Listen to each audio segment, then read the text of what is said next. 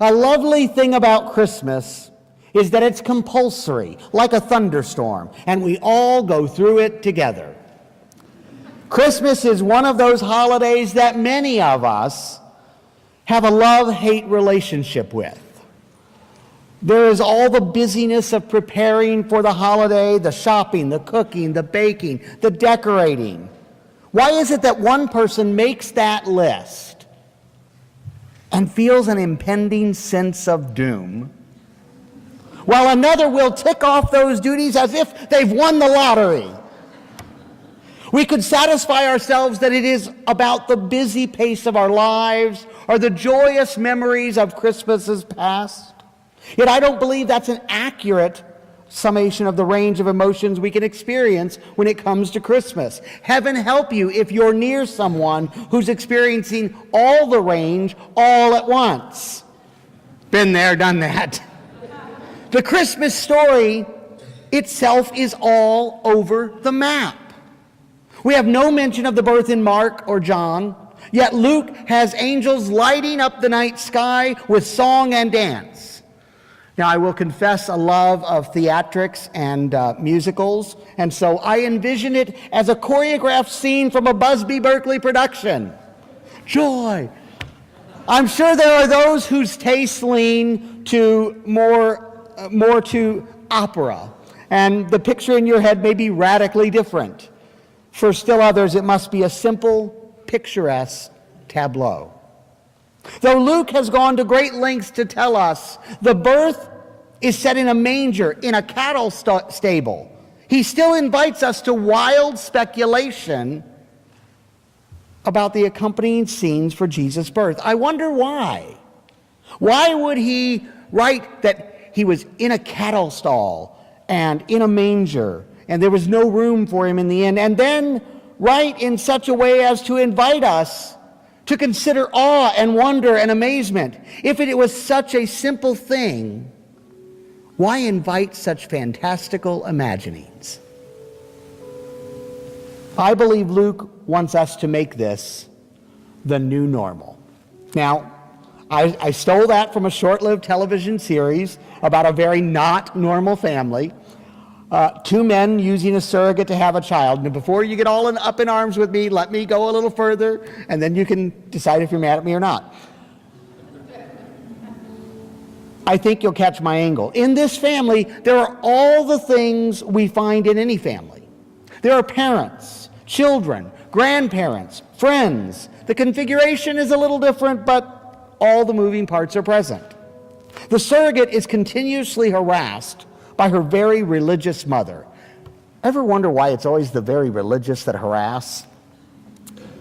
The show revolves around how these characters make sense of their very crazy world.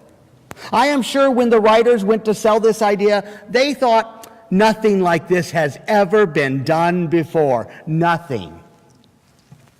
Well, like with so many other things in the world, they were wrong. One need only look at the readings from Luke's gospel for this night to realize that Luke was proposing his own new normal. There is an untimely pregnancy, the wedding postponed. There is a young woman about to give birth to her first child. Speculation was rampant about who the father was. Add to that the lack of adequate shelter, and we find that this baby's birth should never be considered the desired norm. What could we have missed? Or what did Luke imbibe on?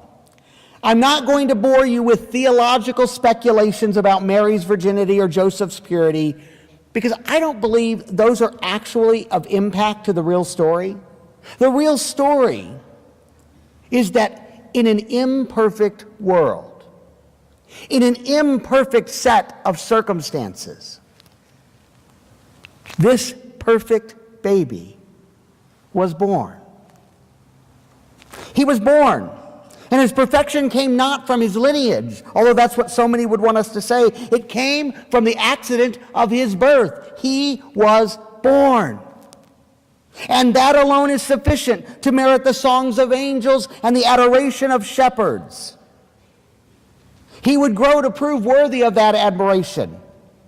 Through the life he lived and the words he offered, the love that he shared, he would not shrink from Roman threats or religious intimidation.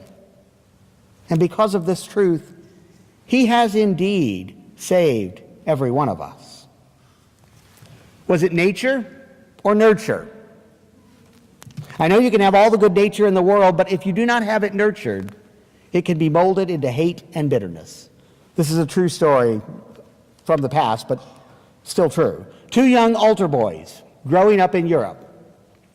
Each served in different parish churches, yet each had similar backgrounds.